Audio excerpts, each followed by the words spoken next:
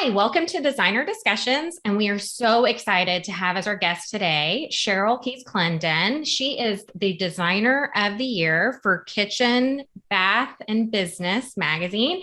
And she's really just a real light to the industry. I personally love that her patronage is that she wants to get designers to $1 million in sales in their businesses and that she is doing it. So we are thrilled to have her here today. And we are going to talk about the minimum expenditure concept and how this can change your business.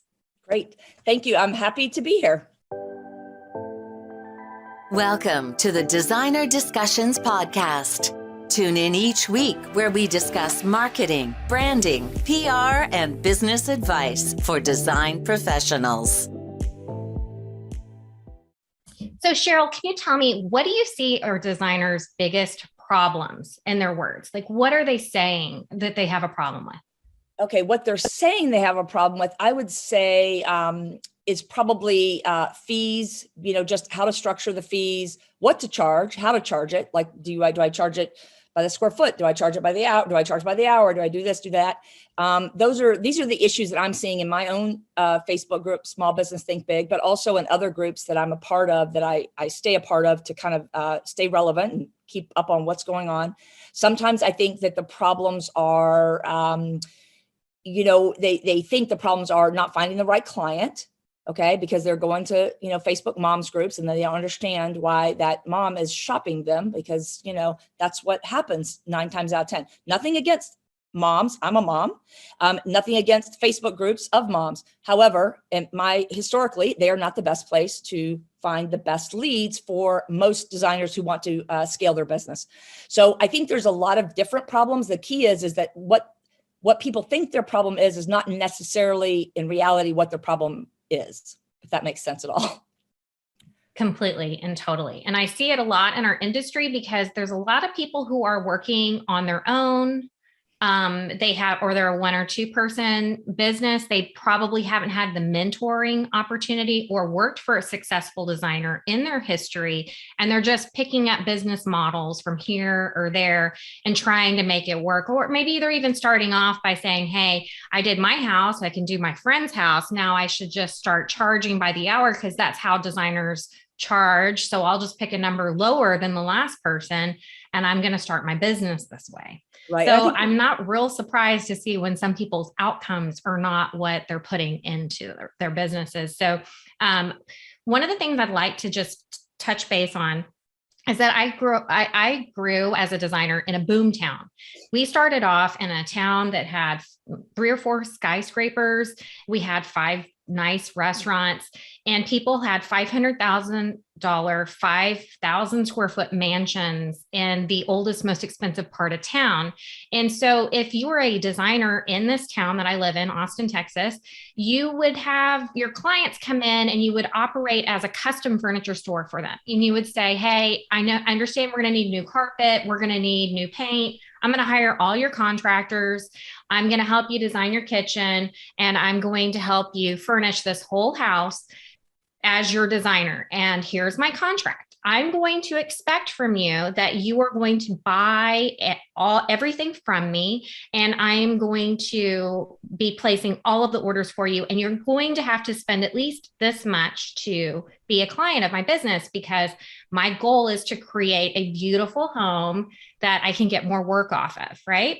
So in the amount of time that I started in design, we quickly moved to an hourly model. Right.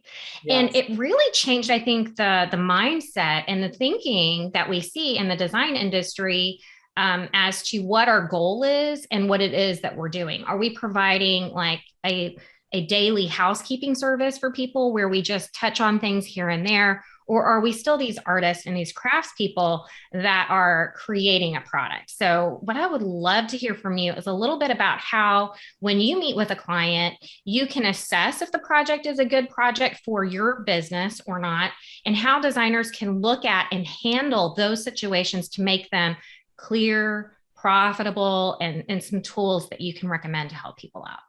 Okay, so I think it's first of all, I would tell anybody this is a layered approach. Okay, there is no magic bullet. There is no 15-step process or whatever, which is part of the problem, is that there's been a lot of noise in the industry. One of the reasons why I took this on in the first place was because I kept disagreeing and shaking my head and telling my team, like, I can't believe I just heard someone say this, or I just heard someone say that in these Facebook groups. So I said, okay, well, you know what? I'm going to be that voice then that may piss off a few people, because I do piss off a few people. But also challenge the people that are challengeable, that want to look at something different. So for us, it all starts with really our website. Okay. So our website is the first place that people are going to hear the message that we repeat 5 times how we work. So it starts at the website, and then it's going to be in an FAQ. I think FAQs are great on websites. I don't know that clients always read them, but it's there should they be smart enough to look at it. And then on top of that, or after that, is going to be the discovery call. The discovery call for us is essential screening tool to find out if this is a project that we want to take on. Now, bearing in mind that that we get a lot of calls every week. You know, we get a ton of leads. We're blessed with that, and I'm grateful for that. But it does mean that we have to weed them out. So you have to have somebody doing that, and I hate it. Truthfully, I hate doing it myself. So Liz, my right hand and my VP of everything, does them because, you know, I want to help everybody. And so the next thing you know, I'm saying, well, you know, they were just so nice, and she just sounded like she was an older lady. I have a thing for older people. So if an older person calls me and, you know, says they need help, then I'm like, I'll be out there tomorrow, kind of thing. So it's just my personality type. But so I know that I'm like, that's why I stay away from taking those calls. Right. And, but it's very important. So Liz has a very distinct discovery process. And I was looking, there's 7 essential pieces of information that we want to get out from an initial phone call. And these are important. And then there's 5 essential things that we want to convey to them during the course of that call. Okay. And I can go into that or not, depending on, you know, what your agenda is, you know, here for what you want me to talk about. But after that, then the next thing is once we go through this discovery call, is then to go into setting an initial consult, which is paid. And it's not design at all. Okay, no design. And we make it very clear, abundantly clear, that that's not what we're doing. Okay. And because we don't want a misunderstanding, and we charge between $550 and $650 to go out and talk to people. That's a fair amount of money to do that. And we, of course, we didn't start out that way. I started out with like $35 or something, you know, 22 years ago. But it's crept up as we've gotten, you know, more skilled, et cetera, you know, and all that. So we do charge a lot. And that is, now I will say that when I go out there, if there's no preparation, it's my favorite thing to do. Really, honestly, in terms of the design business, other than doing plans, that is probably my first favorite thing to do. But I love it because I don't have to prepare for it. Okay. I don't even know until we're in the driveway who the heck we're even going to see. I look at the information, but by the time we get out there 2, 3, 4 weeks later, a month later, I've forgotten all of it. So Liz gives me a quick rundown. We're here to talk about a kitchen, a bathroom, new construction, blah, blah, blah, whatever, big remodel, you know, just furniture, whatever it is. And then we go in there and I do the Cheryl show. So that is so natural for me that it's easy to do. So I love doing those. And if I have an idea about something, if I say, have you ever thought about taking that wall down? I'm not going to keep that from them. I tell them, I say it. I want to throw lots of balls up in the air so that I can judge their receptivity. It's important. Okay. Because I need to know that I've got someone that is willing to, as I like to say, leave your predetermined ideas about design and your HGTV ideas, you know, at the door. I will say it. And we say this literally to clients. We want you to have a willing suspension of disbelief. Okay. This is one of my huge things. I can go get my big, huge S that says drama on it from high school. I'm one of the few people in the whole wide world that probably went to a high school that you could letter in drama, but I did. So I get it from that because this is a theater term. Okay. It's a theater term. When you go into the theater, they want you to have a willing suspension of disbelief, and people can Google that phrase and learn more about it. It's a wonderful way to set a very quick way to tell people, I need you to trust me and let me bring you on this journey. Okay. But it's done in a way that is not saying a lot of blah, blah. It's just that word. Anyway, I'm going to totally lose track of where I am, so redirect me if you need me to, but the second part or the third part of that repeating process that we send a follow-up email every single time after the discovery call. We do not push to close. And believe me, I'm a salesperson from the word go. I've been trained by salespeople. Sales sales companies that are epic. When I was with Gannett spared no expense when I was in radio and TV to train their salespeople. And I am forever grateful for them for that, because I think that informs a lot of my success. But we don't push to close then. The reason for that is because it's a big ticket item. I want people to think about it. Plus, I want the opportunity to follow up in an email. So in that email, Maria, we follow up and we remind them in bullet points. Okay, because we're all busy. Bullet points are our friend, and not big, fat, long paragraphs. What we said on the call, that this is how we work. We have a flat fee, minimum expenditure, all of that. So we go into that. That's the third time they're hearing it. And we also will leave them with a gift. That gift in there is a link to a blog post I've written. It is our client introduction, which is not a welcome packet. It is a more puffy advertising PR type of piece, the client introduction. So we send them that. It depends. Sometimes we send that early on. It just depends on the flow of the lead. But we always give them a link to get onto our website. Because again, our website is our number one tool to success. Okay, without a doubt, for anybody, this is the number one tool. So in my opinion, in our industry, that is, I should say. So that's what we do. We want to do that follow-up email. Okay. Then the next time they're going to hear about how we work is at the actual initial consult. And then the next time is going to be in our visual proposal, which is another thing that is very different than what a lot of people do. Okay. And I think back to the early ones I did, and I'm kind of embarrassed that those are floating out in the universe to these clients sometimes, because we've really honed in on them. But this is a visual proposal that is not about it. I want to make it very clear to your listeners, because a lot of people do get this confused. It is not what we're going to do, meaning, well, we're going to take the wall down and then we're going to do this, and we're going to add red sofas, and then we're going to put blue balloons everywhere, and we're going to paint the ceiling polka dot. No, it's not like that. It's not design. Okay. It is a scope of work and fee proposal. And even though that's a mouthful, I make everybody at my shop say it that way, because words matter. And I want them to always say that out in the universe too. It's a scope of work and fee proposal. Okay. So in that though, we are going to give them a very clear list of deliverables. Okay. Here's what we're going to do for you. Quid pro quo. We're going to do this for you, and you're going to pay us this. Boom. Okay. Plus, we have a minimum expenditure that we've talked about now, right? 4 times before this.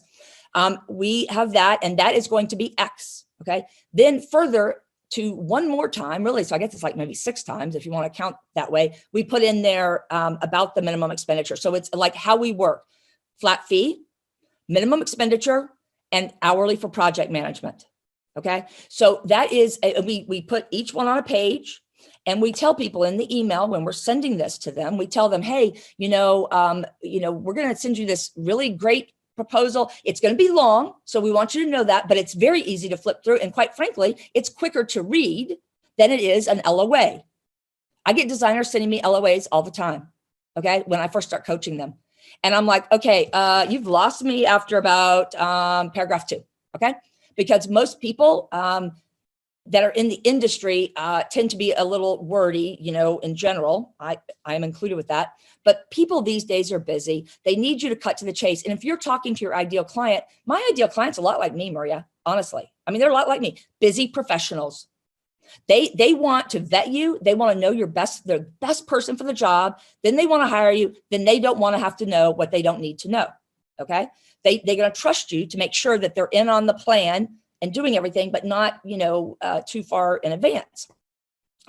So my point is with that is that it's the visual proposal is, people say, well, I'm not going to send all that to the client, or that takes too long. No, you do a template and then you change it. It takes me 15 minutes. Okay. We have templates for new construction. We have templates for, decor only. We have to, so I've developed these. I go to that. And what's important is I have on every page, I am selling again. Remember, I am a salesperson first. I'm a salesperson before I'm a designer, before I'm a coach. Okay. I'm a salesperson first and foremost.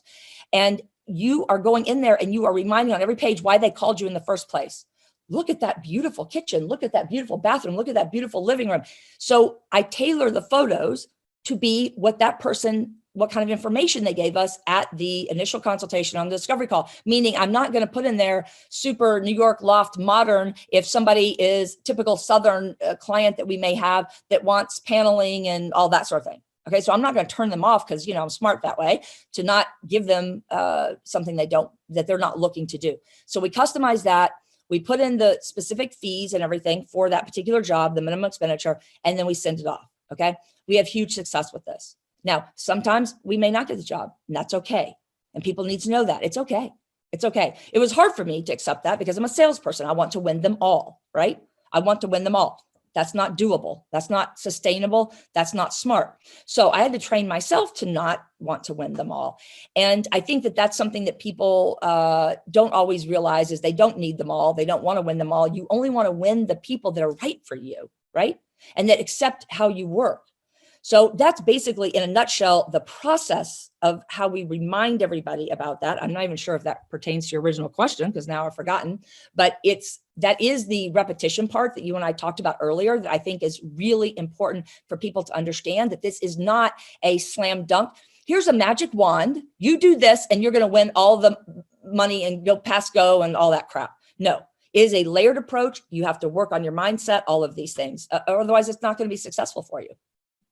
How do your clients feel when you're so clear about what it is that you're going to be performing for them and that they understand that there's this budget that allows them to get what you can consistently provide? How do they feel whenever? Okay, let me correct one thing. It's not a budget. Okay. It's not a budget. That's part of the details of this, of how you go into getting the minimum expenditure, but it's not a budget. Now, between me and you, Maria, as designers and people, okay, yeah, it's loosely a budget, right? But it is, and it's based on our historical, okay? So if it historically, and I track historics like you wouldn't believe, okay? And when, if historically a dining room is, going to cost, to the client, $28,000, that's historical. That becomes sort of the minimum expenditure for that. But I have to assess it because I have to say, oh, well, this dining room has 24-foot tall windows. Well, that might be a little bit more, right? But it's all about why we're doing the minimum expenditure. It's not a budget. It's not going in there for budget. So that's a very key, important. I'm glad you said that because we might not have hit on that. If not, because I think people sometimes do, and they use the word budget in the guide that I sell to people. It goes in there very big. It's not a budget. And then in the proposal to the client, it says in there, make no mistake, this is not a budget. Because once you say it's a budget, then clients are going to expect you to perform for that. And I'm not going to do that because at that point, I don't know what the hell they're going to want. They may living in and we have clients like this in Pensacola because we're in the South and it's like a mishmashy of people.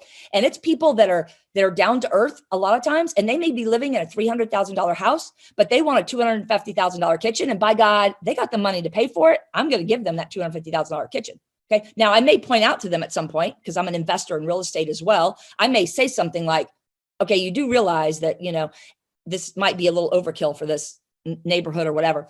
And I want them to say, look, Cheryl, they're taking me out of here feet first. I want the kitchen I want, by golly, and that's one of the things we ask people, maybe not quite so crudely, although with some people I do actually say that. So maybe I am crude that way, but I will say to them, one of the first questions is, how long are you going to be in this home? Because it's important, right? It's important to know that. So we are going to ask those questions about people, from people, but it's not a budget. And the optics here are really to make sure that you don't say that. The minimum expenditure was derived for one reason. I always want a why. Okay. So let me tell you the why. Why do I do this? Okay. I do this because I have a team of 9. I like to sleep at night. I don't sleep at night, so I don't know why I even say that. But when I do fall asleep, I want to stay asleep. And I don't want to wake up in the middle of the night worried about making payroll. I don't want to wake up in the middle of the night thinking, oh my God, can we buy the van? I don't know. I just bought the van, but should we have not bought the van? Maybe we don't have the money for the van. Can we buy new computers? Lane, our IT guy, is constantly telling me every other day that we need new computers to run Chief Architect, or we need new computers for the server or whatever, blah, blah. Okay. And I swear to God, I say to him, we just bought new computers last year. Cheryl, it was 2014 when you bought these damn computers. Okay. It's right here in black and white. I'm like, just wow. Anyway, So I want to be able to know I can pay for those things. Knowing how to pay for that is an important part of business. You have to project income. Okay. Otherwise, unless you have a sugar daddy or sugar mama, or you have somebody, you have a second a spouse that is providing, which is part of the problem, mind you, because I think a lot of people do not do the work that they need to do to actually have a business because they get into this through the back door. Their kids are now grown. They had an interior design degree. Now they're ready to go back to work. Okay. Well, my husband or wife or whatever is going to float me until I can get going. Okay. Well, that's the wrong mindset. That's a wrong mindset, because when you do that, then you are going to make decisions based on the fact that you already have an income, and you're not going to feel the need to project income. You need to be a little hungry. You need to know that you need to be able to project income. So that's where the minimum spend comes from, is me needing to know I need to project income. And I have no problem saying this to a client either, Maria. I really don't. I will say to a client, yes, this is how I run my business, because don't you want me to be in business? I've been around 22 years. We get calls now from people that we installed valves in 2010. And I'm thinking, it's 11 years ago, lady. No, it's not under warranty still, or whatever. But we take care of them. Okay. Do you want me to be in business to take care of you? Okay. Well, then this is part of the reason that we do this. But I also say, this is money you're going to be spending anyway. I want you to spend it with me. This is part of our business model. So when you explain this, and I go into all of this very in depth, because I need people to understand that this is not something you just say and then you don't have the backup. It's like this, and maybe I'm not allowed to say this, but you can edit me out. The splitting discounts or sharing discounts BS that got started years ago. It is my mission in life to eradicate that from the designer world. It really is. Like I have a thing on my bulletin board at work that says eradicate shared discount concept, because I think that it was something that people looked at as like, oh, this will work. I can do this and that will make it look good. Completely wrong, totally wrong from a PR point of view, totally wrong from an optics view, totally wrong from a business view. But people believed, those who espouse this theory, and it's wrong, and you have to fix that. But the bottom line is that the minimum expenditure is to project income. So it's a minimum for a reason. So now, do clients spend more? Absolutely. 9 out of 10 spend way more. Okay. But because once you've got them, and you start building that trust, that's hard for them to see up front. They can see it, but if they haven't worked with you before, then they don't know that they're going to love you in 2 months. Okay. But they're going to love us, and they're going to trust us, because that's what our business model, and that's part of our brand promise. So when they do that, then they're going to feel more like you're not getting into their pocket when they are spending more. Yes, we're still making more money, but I have my locked in price tag, if you will. So every client, has a price tag over their head. You know what I mean? To my firm, because I have to have that, or I cannot know that I can do all these things that I want to do. So very important to not say the word budget, because it's not necessarily a budget, even though between us girls and boy, it is, based on historical numbers. It is not that way. And even in my calculator that I have developed, that's actually very good, if I might say so myself, it goes through and it allows you to put these numbers in, your numbers for your historic, like say you're doing a living room, a dining room, a master bedroom. You put those in there, those numbers, and then you come to something in the bottom. I have an allowance in there to do 90% of that total, 80%, 100%, meaning the minimum spend. If you think your client, if you judge that client going, you know what? I know that they have the money to spend, but they haven't bought furniture in like 25 years. So they are going to freak out when I tell them $150,000. So I'm going to go in at $100,000 minimum spend plus my design fee, because the profit from that 100,000, which whatever your profit margin is, plus that fee is the price tag. That's the minimum price tag. Okay. And the minimum profit, that's good enough for me. And I know they're going to spend more, but I'm not counting on that. Okay. So that's all lagniappe, right? And, but the thing is that gives your client comfort thinking that it's a little bit less, but that's why it's important not to say budget, right? So you don't want to say that. So all that goes into, it's not only in my thing that I do to designers to help teach them this, but it's also in the client visual proposal. It says in there, this is not a budget. We repeat that 3 times in there. So anyway, I forget now what your original question was about the budget. No worries. You're right on track.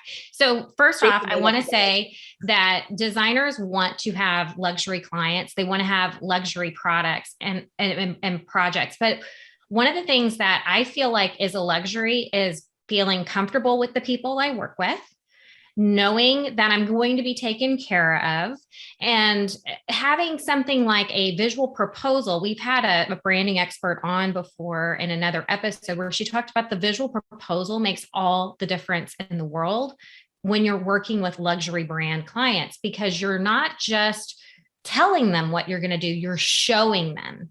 And in showing someone what you're going to do, you build the trust and you create the results for them that you can build upon and do more with.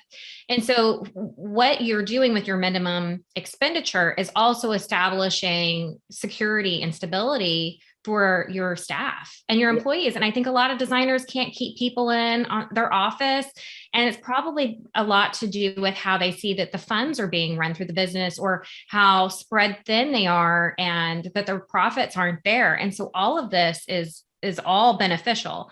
And then there's one other thing that you talk about that I really love, and I want to emphasize it, is that you do have, like, look, we have product that you're going to be buying, and I'm going to manage that for you. I have a design fee because my time is valuable, and this is what it's going to cost for me to do something. And No. My time is not valuable. My experience is valuable. Right. Because you see what I mean though, Maria, even just talking here, it's a mindset. We all do this. Yes. Every one of us, everybody does this. Okay. But it's important to have a hard stop. And for me to even correct you now, I'm not trying to be rude. I'm just saying it because it is just your lexicon. It's just the way you're saying it. I don't think that I know you well enough to know that you don't actually think about it that way, but yet it's important for us not to say it either. That's why I say, don't say the word package. Don't say the word blocks. I mean, I'm selling blocks of time. Really? That's what you're selling? You just said it. I am selling blocks of time. Are you freaking kidding me?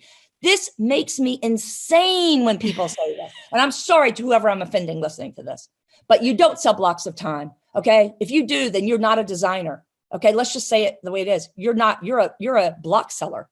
Okay. You're a block seller.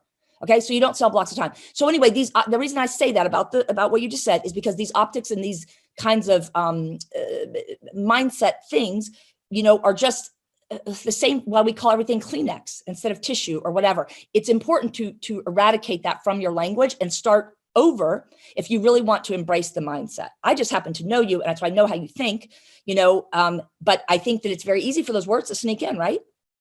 For sure. And one of the things that I've learned being in this industry for so long is that I've got 25 years of experience. I've created software to make my job way faster and easier. I have had builders call me up and ask if they could, lower my hourly rate. And I said, I don't deserve to be taxed for being better at my job. That's right.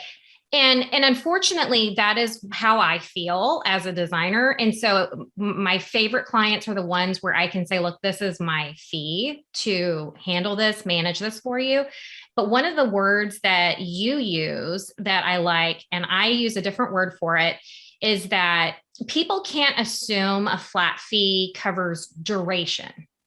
Right. And that's my thing that I feel like designers don't understand, is that being on your books as a client, as you being available to a client for 18 months or 24 months, people don't look at their design projects. People will say, how much do you charge for this many square foot of a house being built in this area? What do you think my fee should be? And my response to it is, how long is it going to take you? And how much money do you need each month to be in business? And I feel like people don't listen and see that as frequently. I feel like a lot of people just assume you do flat fee, you make product pricing of some sort that you manage, and then you have however long it's going to take just whittles into your design fee, but that would take away. And so you structure yours with 3 parts. That's correct, right? Yes. Yes, hourly for project management. And we define that very clearly in our visual proposal. One thing too, I want to make sure that it's clear about what you just said, and we can go back to that, is that when you were talking about having a branding person on and that sort of thing, I want to make sure that people realize that is that scope of work and fee proposal. It is very important, but it's a selling tool. It is not the presentation or the storyboards or whatever we're doing later on to actually convey that. It is just because that's a question that comes up a lot with people. They message me and go, how do you know what you're going to do for the client right then and all that? Well, I know what I'm going to do in terms of deliverables, but I'm not telling them the specifics of it because I don't know yet. I don't know if I'm going to move the living room over here or change this. Maybe I'm moving the kitchen over to that part of the house. I won't know that till I get into the schematic design part of it. So people do misunderstand that. So I want to make sure that it's clear that it's just the scope of work we're outlining and the deliverables to that, not specifics about their design. So one of the things that I also like about the idea of just even discussing that there's a minimum expenditure on a design project is that I think a lot of people don't know how much things cost. Do you find people don't know how much things cost? Yes, I do. And on that point, while I'm probably, pissing off people right and left, I might as well just go ahead and go full throttle with this, is that I don't really like this whole concept of high, medium, low kind of things that people get out and they give their client something. And there are coaches that teach this too, that have been around a long time. Coaches that have been around a long time, if they're not still doing design work, they're no longer relevant. That's generally the case, okay? That's why I may love what I'm doing with this, but I still am the creative director of my firm and always will be because I need to stay in the game of it. But a lot of times people say, well, you just whip this out and you start saying, okay, a chair, how much do you think that should cost or whatever? There are coaches that teach this. I disagree with that. They may be great in other areas, but that is too hard school car salesman type approach to that. So the good, better, best, speaking to your question, that good, better, best thing that has been popular, yes, with very, very stringent rules, you can help a client understand costs by using that, but I would not do it before they are an actual client. And the way we do it is visually. Again, visually. It is here is, and I have some great words. I can't remember what I said now, and I probably shouldn't say it here anyway, because I don't want anybody taking these, but I have 3 different levels and I show them pictures. Here is a project that we've done that was X amount for this living room. Here's a project that was more. And here's what, now what's the difference, Cheryl, in those three things? Well, because they all look beautiful. I want that one, Cheryl, that lowest cost one. That's the one I want, which is kind of a problem when your pictures look good, because then you're going, oh, I really like that one. But then I go into explaining, okay. And this is again, another graphic that I do for clients is I go and explain what elevated, room A to room B to room C. What is in there? Custom cabinetry, more expensive wall coverings, maybe custom bedding versus off the rack bedding. These are the things that add cost. So that's when we're explaining to people, and we do this with them so that we are showing them this beauty. Obviously, I'm a smart business person. I'm not going to take a shitty photograph. Okay. So at least not intentionally. So all 3 of them should look good to you. Okay. But what I'm trying to do is illustrate and help the client understand what the difference is between A, B, and C, which is, this price versus a slight step up versus a bigger step up. And it's usually customization and, all the things that you're going to do, more expensive products, things of that nature. So that's how we explain it to them. And also it's qualifying. So just like I teach the people in my retail store, if someone comes in and says, I need a new sofa. Okay, great. Then you show them a few sofas we have. And you might say, this one is, blah, blah, blah. And the benefit to this is XXX, and then at the end of that benefit conversation, you say, it's going to start at around $2,200. Now I tell my people, if they fall on the floor and start passing out and we need to call the ambulance, then that's probably not a good lead for us that's probably not going to be somebody that's going to shop in our store. Okay. Unless you can really sell them that, they don't need to die over $2,200 sofa, because that's really where they're going to start. Okay. But what I do is have them say that. So they're qualifying with that conversation. And then they're going to show them another one, say, this is highly customizable and this can do this. And you can have all these different, you said your back is bad, blah, blah, blah. So the benefit here is we can customize those cushions. And now this is going to start at $4,000 or whatever. So then they get that idea. And I think it's the repetition thing, Maria. Really, it goes back to that, what we talked about earlier. You have to have this conversation starting on your website in ways you talk about it in blog posts. I would love to have great SEO. I would love to have millions of people look at my website. Okay, I don't have 1 million people looking at my website because I don't have time to optimize it that way. So it's great if they do. Okay. And we have decent traffic, but the real value of writing our blog for me is speaking to those clients, speaking to those people. So if we work a lot out of town, I'm going to write a post about working out of town. We do a lot of plan review because doing plans from the ground up is my nirvana. And so we talk about that. We speak to that so that if somebody calls about that, then we have a blog post to direct them to in that follow-up email I was talking to you about it later. I mean, it's really very systematic, but not in a regimented way. I don't know how to say that, but the project management is hourly. And you're talking about these long projects, and that saves our butt. Now, I will say when we first started doing flat fees, we did not. We included project management in there. Well, I learned real quick. I'm a very fast learner. And I was like, oh no, this is bad news. This is not going to work. So, and the other thing I do, just to give people a little bit of a tip on this, is that I have a published book rate for my design, even though we do flat fees, because occasionally we do hourly for whatever reasons. There may be a reason that comes up, plan review, things like that, things that are harder to quantify in a flat fee. But it's not very often. I would say 10%, maybe 5% of our work. But I have a published book rate. But then, and that's in the flat fee and scope of work, because people need to know if there's add-ons, because we don't do scope creep. I love scope creep, mind you, because that means more money. So really, I mean, of course I love that because there's more money, but we address that in the proposal. So that rate's there. So my hourly project management is lower than that. Now we all know, okay, Jason, you especially probably know that the project management is integral to the success of a project, especially in the kitchen and bath world. I mean, the design's great. Okay, design's great. I'm a designer. Design is great. But let's just face the facts here. Knowing how to execute, knowing how to do transitions in a bathroom, knowing how to do all those things are really important. Yes, they can be on the plans, but often you have to project management. So I know that that's very up there. So I'm not saying that this is totally a marketing thing, that I lower the rate just a $20, $25, because I want to elevate design. I want to elevate the design and have that rate be bigger. Okay.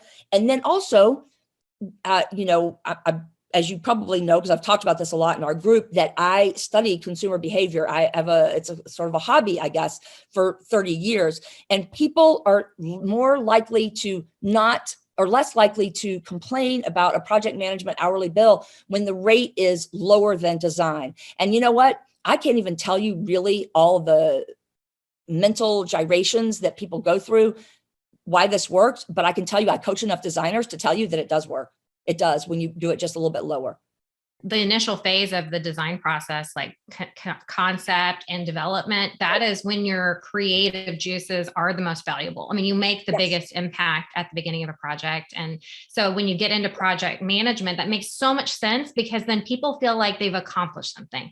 They've paid they've contracted with you to do the design fee. They've contracted with you for your minimum expenditure, and then they have access to something that other people don't have access to. Right.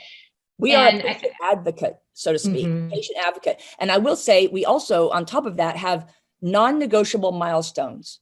Okay. So, non-negotiable milestones, meaning for a type of job. If it's a decor job, there's not any, because decor is decor. It's not, we might have a project management with the electrician coming in, changing out lights. Maybe we have a wallpaper installer, window installer, but we're not doing like kitchens and bathrooms. And we do a lot of remodels and a lot of kitchens and bathrooms.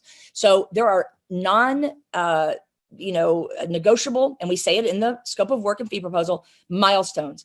And what I've done is turn this into a positive, where people go, oh my God, thank God you're going to be there when the guys template the stone. Oh my God, thank God you're going to come and do a walkthrough before they do sheetrock. Because, we all know life before sheetrock is good. Life after sheetrock, not so good, meaning very expensive to change anything.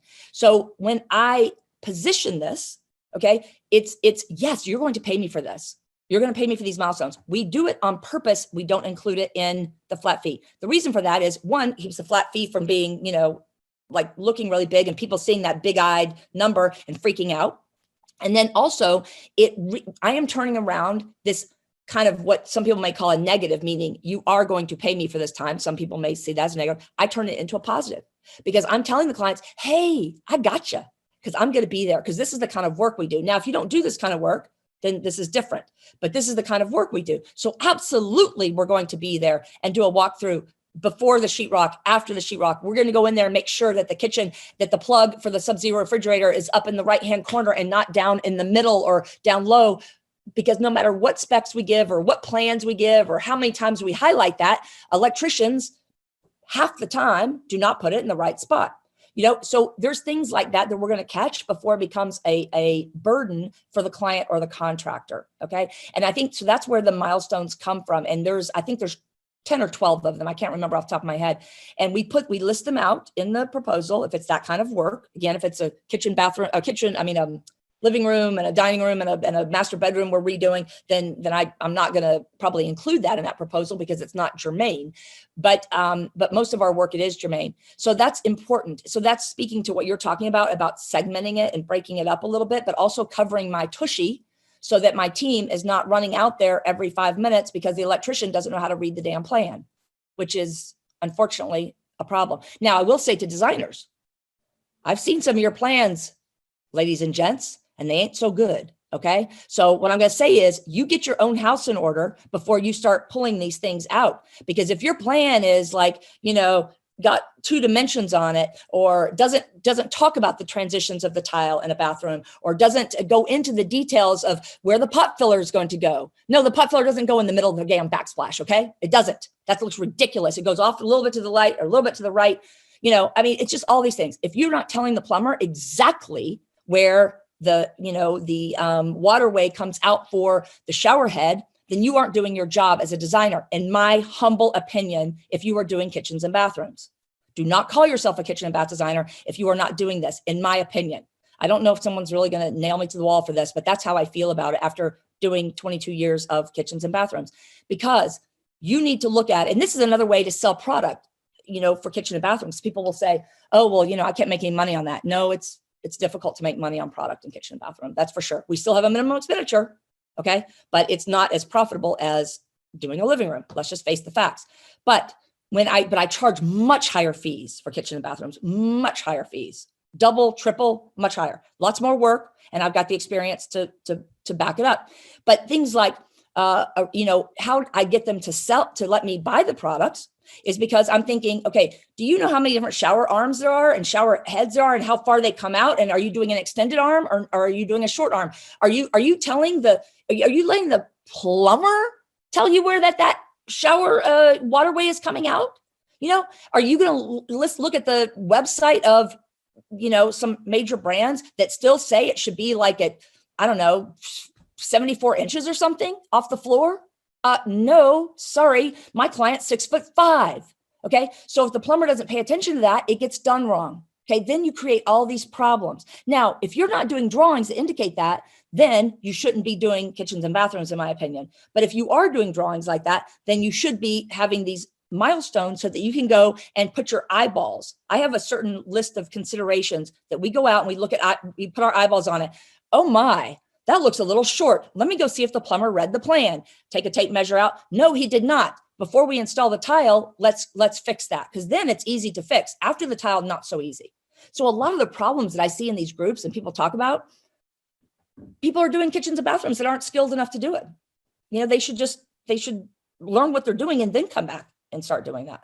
When they don't have the systems to back up what they're doing in a way that they can execute on it correctly. A lot of times I see people, once the sheetrock's up and they're like, they didn't put the light where it's supposed to go. Look at my picture. And I'm like, yeah, I can see it's just the timing. I like that you have systems in place for all of this.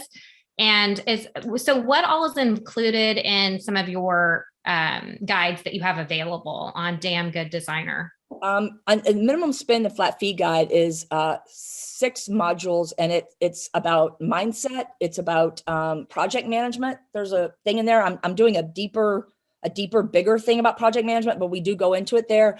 My entire visual proposal, one of my templates is in there. It's not an actual template that I can give you because I don't believe in that. I do templates all the time and sell them, but not with this, because I want people to actually do the work. I want them to pick up the pen, so to speak, except that they're creating this. So, but the pictures of, like, you could, look at it because it's all in there. So my visual proposal is in there, and then how to talk to clients. But I go through each step, meaning starting at your websites, then going to discovery, then going to, so it's all very layered. I tell you, Maria, that you've seen the comments in the group about people. Those are, I'm not opposed to asking for reviews. Don't get me wrong.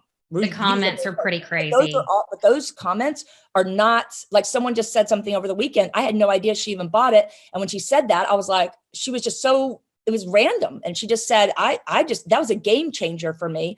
And my income is up 40% or 44%. I don't know if you saw that comment or not, but it was in there. And I was like screenshotting that, going, oh, I'm so excited, because I really get excited about that. I really do. And so I think that the other thing so my point is if you read it, if you get it, you have to read it, and actually understand it and go through it. But it's very easy to go through because I'm ADD to the max. So I've made it so that you can pick up any of the modules and read it and go into it and you can run with it. But everything is there. And if anybody wants to join Small Business Think Big, they can search for those words and you will find people that have talked about it. Plus the reviews that I put on my website are all legit. I have no reason not to do it. And there are literally hundreds of them that I haven't even and the cost is, I think you're just being generous. I think you just really want to change the industry. I do want to change the industry, and you're right. And eventually maybe I will take it. So get it now, because eventually I may take it and put it into something bigger, because that's my goal, is to do that. But it's, for now it is what it is. And it's been a good value. I've not had anybody say different, some people have messaged me, Cheryl, is this good for me? I'm a stager or whatever. Okay, well, maybe not. I don't do staging, so I don't know enough about that. So maybe it's not, I don't know. I think it's good sales personally, between you and me. I think everything I say is good for sales. So I think there's value there, but I don't know if it would be good for a staging company or not, because I don't do that. But I tell you one thing, it is good for designers. So I just want to touch base, go back into this. Number one, guys, being told no is not no. It's just part of relationship building. Like Cheryl said, repetition is your friend. And if you don't have the repetition in place for your business, you are not going to get the outcome that you want for your business. Lean into people like Cheryl who are providing mentoring for new designers and listen to them. I agree 100%. Or old designers want to learn new tricks. Oh yeah, that's true. I've had a lot of designers ask what are the newest things they should be doing for their business as well. And also I agree 100% with Cheryl. If you are looking for someone to help you coach and work through your design business, find a designer who has a thriving design practice. It is the best way, because you want someone who's actively experimenting with the systems and working with the people who are currently working with designers as part of your team that are backing you up. So definitely reach out to Cheryl, connect with her. She's the best resource. Her Facebook group is No Drama, which I also love, by the way. Well, sometimes I get on a little rant, but I try to make it entertaining, right? I get on a rant, but there's not. I would rather see a rant any day of the week than the victim profile that I see happening over and over again. And I just super excited to not be in that dynamic. And we would love to have you back on, and maybe we can dive into some more of these other elements. I like how you're talking about verbiage. I recently read a book. It's called Predictably Irrational. And if you have not read that, Cheryl, oh my God, you have to read that book. It is all about how the consumer has to have something for their product to be sitting next to understand its value. And it's very much the same concept by how you could doom scroll on Wayfair all day long and not understand any of that furniture is worth anything, and see it set in a beautiful room and then feel like you need to buy it. And so that whole book is... yeah, it's great. It's great. Good. Yeah, I love it. I'm an avid reader, so I will pick that up, because I love books like that. And I think for anybody that wants to study consumer behaviors, I developed 8 client archetypes about, 4 or 5 years ago, and I love them. Oh, those are actually in the minimum spend guide too. They may not be in there for long though, because Maria, you're right. It really is a lot of value for the price. And I do want people to get it, and I do want people to be successful, but I've included a lot of things in there, and that is one of them. But those client archetypes are really spot on for how to deal with certain types. There's 2 or 3 of them that we don't want. Those are clients we don't want. Some people might want them, or new designers might want them, but I do think that those kind of things, and understanding, like you're talking about the actual who you are trying to reach, is really important. I know exactly who our ideal client is busy professionals just like me, who are no nonsense and that want a good job done, but they're not going to quibble quabble over the cost, because if you establish that value, the value has to be equal to the cost, right? And anytime you buy anything, the value has to be, or the perceived value has to be equal to the cost that you're charging. For sure. Well, thank you so much, Cheryl. We really appreciate having you on here today, and we will definitely be touching base with you again, and we will have you back on. But if you get a chance, go over to Cheryl's website. I know I can go straight to damngooddesigner.com, but your interior design website is In Detail. It's indetailinteriors.com, and across the top there is a tab that says for designers, and then it drops down because we do have Bob, which has been a really good thing. I do a lot of really good deliverables, and it's $139 a month. And I've had 5 people out of almost 100 that have the only people that have paused it or gotten out of it since we started in March. So to me, that's a huge, I don't know where to find those kind of stats, but I am sure that those are really good stats on retaining people, and there has to be a value there or they wouldn't do it. But that's listed on there. The resources are listed on there, coaching, everything, a blog that I have that has free, all kinds of rants and whatnot on it. So it's all under there, and it's under a tab called For Designers. Awesome. Thank you so much. Thank you. I appreciate it. We hope you enjoyed this episode of Designer Discussions. What was your takeaway? Care to share your thoughts and tag Jason, Maria, and Miriam on social media? You can find them on all platforms at designerdiscussions.com. Don't forget to like, subscribe, and leave a review or comment for this episode from wherever you are listening.